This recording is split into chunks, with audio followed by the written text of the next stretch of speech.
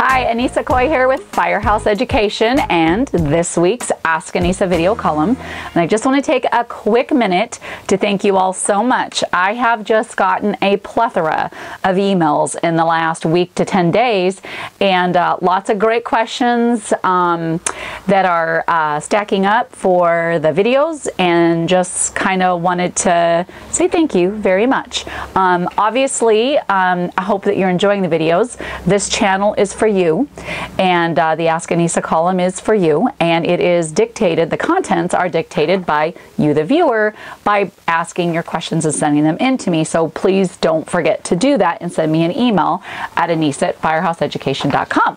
So now our question that we're going to talk about this week was sent in from a gentleman in Michigan, and it says, if I told you my company was getting into cat losses, what advice would you give me, and what would you tell me to watch out for? Ooh, I like this one. All right, what advice would I give you? Well, one, get used to not getting much sleep, okay? I just want to say that right up front. Literally, when we have been involved in cat losses, which I think we've been in about 6 total over the last 7 years, literally, when I say we worked 20-hour days, I'm not joking, and I actually might be a little bit off on that, as in we worked more than that. A short day was a 17-hour day. So it's definitely one of those situations where you need to mentally and physically be prepared to make hay while the sun shines, all right? In some of these circumstances, depending on what kind of loss situation that it is, you know, you could be, for instance, going from a water loss in a matter of days, depending on the time of year it were to happen, into a mold job really fast, where there's not so much drying out but more ripping out demo to do, which is not what we want for the homeowner, as well as it's not where you make the higher profit margins. So you really have a very finite amount of time to get in there and get going. So the first thing I would tell you is be prepared not to get a lot of sleep.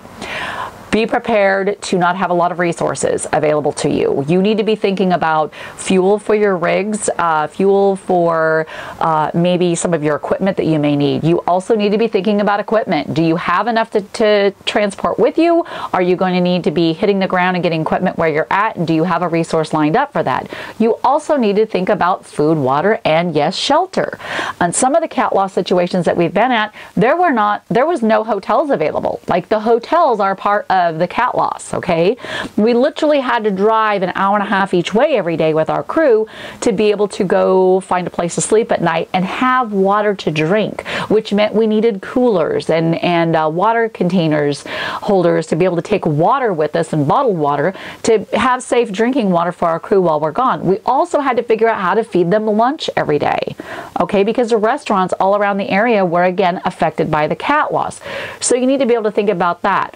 The other big, I mean, there's a lot of things here, guys. We could talk about this for an hour easy or more on video, but what I want to, the other thing I'll bring up to you in the few minutes that we have is I really want you to think about getting paid. All right, look, there's I have seen companies go out to cat losses with the expectation of making more in just a matter of a week or two than they would normally make all year. And that's great, and that's very possible for your company. I have seen people go out to cat losses, and literally it makes them millionaires very quickly. However, I've also seen companies go out and go to cat losses, and they wind up bankrupt and losing everything. So getting paid is a very, very important piece of this that I want to caution you about. You need to be prepared and have a system in place for getting paid. You need to know, you need to be able to go up and do an estimate right away. You're not just going to go do work and 2 or 3 days later pop out an Xactimate scope. You need to be able to give people an estimate on the spot. You need to be prepared to ask for payment on the spot as well. Insurance companies, when you're going through a cat loss type situation, they're going to be running out and handing out checks. These homeowners may already have been paid. So what you need to do is get like a half down payment up front when your homeowner signs with you to do the work, and then the balance being paid at the end of the job. And you don't want to take checks for this payment. You want to be set up and able to take a credit card or a debit card on the go. So be set up with either a smartphone, a laptop, or actually what's probably best is like an iPad with a card reader. Okay, so there's just some things to think about that way. And I also want you to realize that you need to really think about the crew that you're bringing, okay? You do not have to have all of your crew highly experienced, but you have to have what I like to call team leaders that are set up and experienced. We've often taken 4 or 5 team leaders and then had 10 to 15 temps that we hired on the ground where we were at to work under those team leaders, so that we had someone certified with the training and the ability to fill out the paperwork and know how to execute the job accordingly and handle the homeowner and their concerns. But the physical labor part, which is what really takes a lot of the time, could be done by temps, okay? So I hope that that answered your question, and that you will go out to this type of a cat loss situation just a little more prepared and have great success, not only helping people in a great time of need, but helping your company increase their bottom line, maybe 10 or even 100-fold, depending on the size of your company. All right, well, I want to thank you so much for watching and spending your time with me. You know that I appreciate it very much.